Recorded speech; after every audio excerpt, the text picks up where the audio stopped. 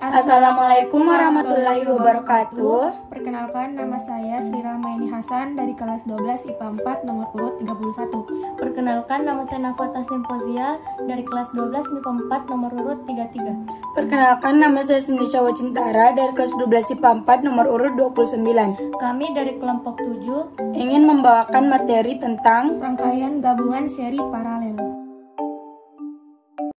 Rangkaian listrik adalah sebuah jalur atau rangkaian sehingga elektron dapat mengalir dari sumber voltase atau arus listrik.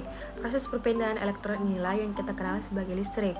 Elektron dapat mengalir pada material penghantar arus listrik, yakni konduktor. Oleh karena itu, kabel yang dipakai pada rangkaian listrik terbuat dari tembaga yang dapat menghantarkan arus listrik.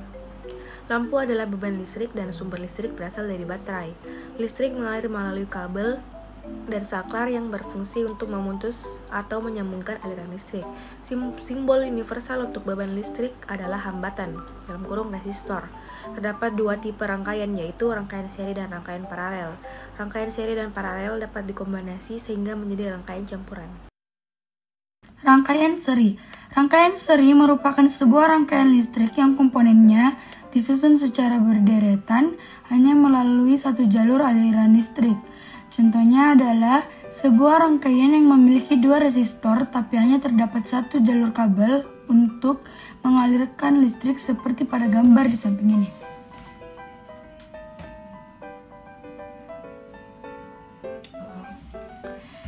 Pada rangkaian seri, arus listrik yang mengalir besarnya sama tiap elemen dan dirumuskan dengan total hambatan resistor. Pada rangkaian seri merupakan penjumlahan masing-masing hambatannya yang dirumuskan dengan Rangkaian paralel.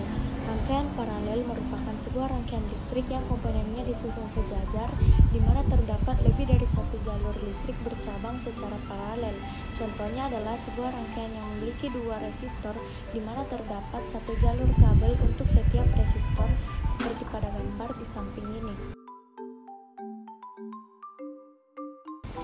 Sesuai dengan hukum Kirchhoff 1, arus listrik yang masuk harus sama dengan arus keluar, sehingga pada rangkaian paralel besarnya arus sebelum masuk ke cabang sama dengan besar arus setelah keluar dari cabang dan dirumuskan dengan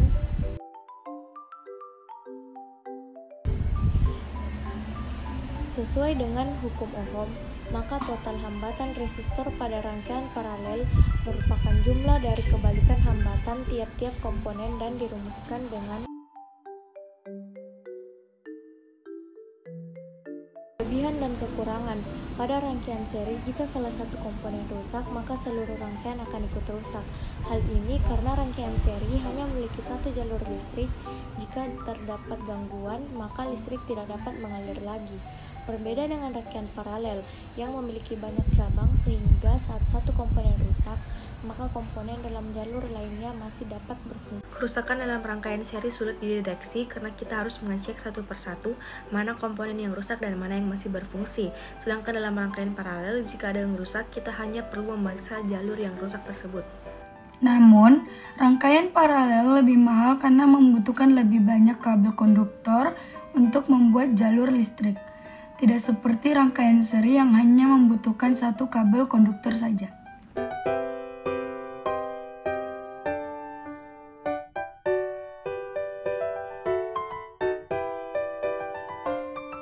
Sekian dari kelompok kami, kurang dan lebihnya mohon dimaafkan. Wassalamualaikum warahmatullahi wabarakatuh.